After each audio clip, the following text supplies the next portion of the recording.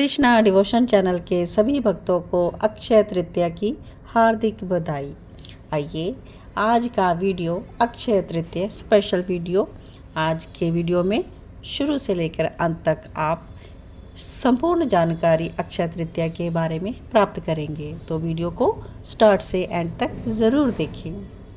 अक्षय तृतीया या आखा तीज यह वैशाख मास में शुक्ल पक्ष की तृतीया तिथि को कहते हैं।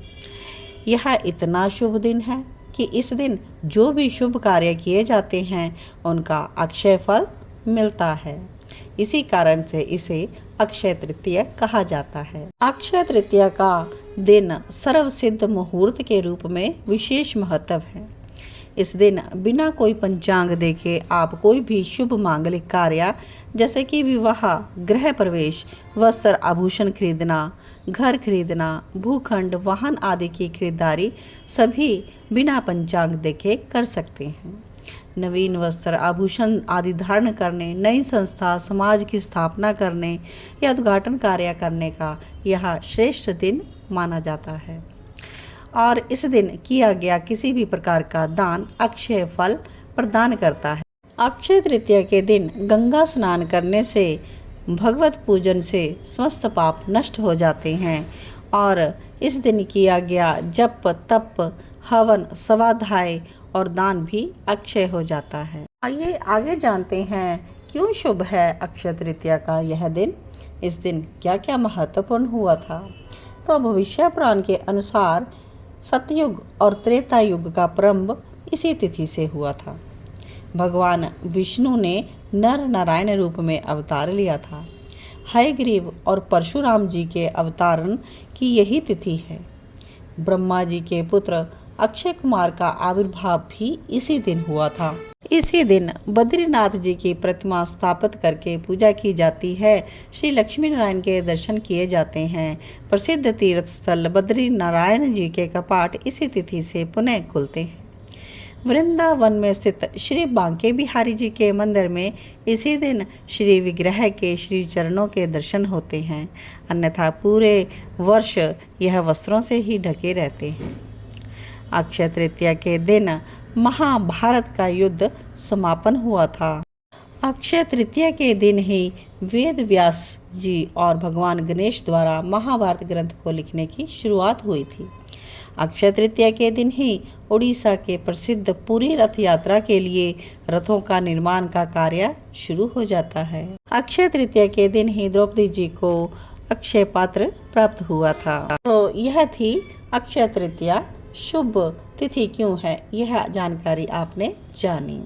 आगे हम अक्षय तृतीया का शुभ मुहूर्त समय देख लेते हैं और किस प्रकार से पूजा की जानी चाहिए यह भी देख लेते हैं। आइए वीडियो में आगे बढ़ते हैं। अक्षय तृतीया की तिथि 29 अप्रैल को शाम 5:30 से ही स्टार्ट हो जाएगी और 30 अप्रैल 2:12 तक यह तिथि रहेगी।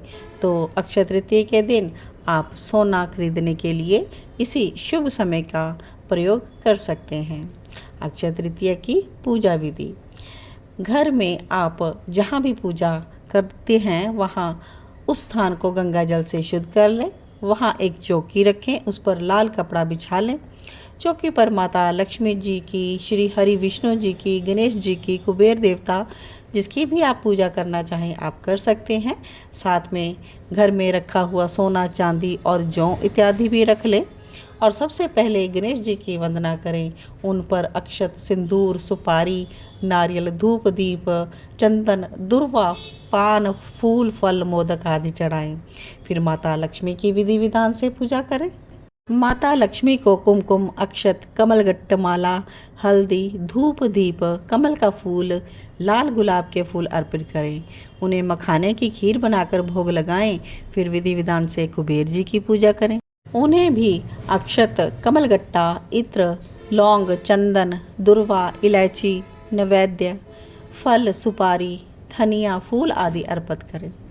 और इसके बाद आप लक्ष्मी महारानी को प्रसन्न करने के लिए कनक धारा स्तोत्र का पाठ करें या श्री सूक्त का पाठ भी आप कर सकते हैं। कुबेर चालीसा का पठन करें। गणेश चालीसा का पाठ भी कर सकते हैं। और इसके अलावा पूजा के समय आप माता लक्ष्मी, गणेश जी, कुबेर देवता, श्री हरि विष्णु जी के शुभ मंत्रों का जाप भी कर सकते हैं और अंत में आप आरती करके प्रसाद सभी में वितरण करें। वृंदावन के सभी मंदिरों में इसी दिन से चंदन की यात्रा प्रारंभ हो जाती है, तो आप अपने घर में विराजमान श्री विग्रह को, लड्डू गोपाल जी को इसी दिन से चंदन के लेप लगाने स्टार्ट कर दें। शीतल पेय पदार्थ उनको अर्पण करें और शीतल इत्र इत्यादि उनकी सेवा में उनके लिए ज़रूर अर्पण करें। तो इस प्रकार से आप अक्षय तृतीया का दिन अपने ही घर में पूरे भक्ति भाव से मनाएं और हर बार, हर पल, हर क्षण श्री हरि के गुणगान करते रहें। जय श्री कृष्णा, जय जय श्री राधे श्याम। सबको मिले श्री वृंदावन धाम। बोल बांके बिहारी लाल की जय हो।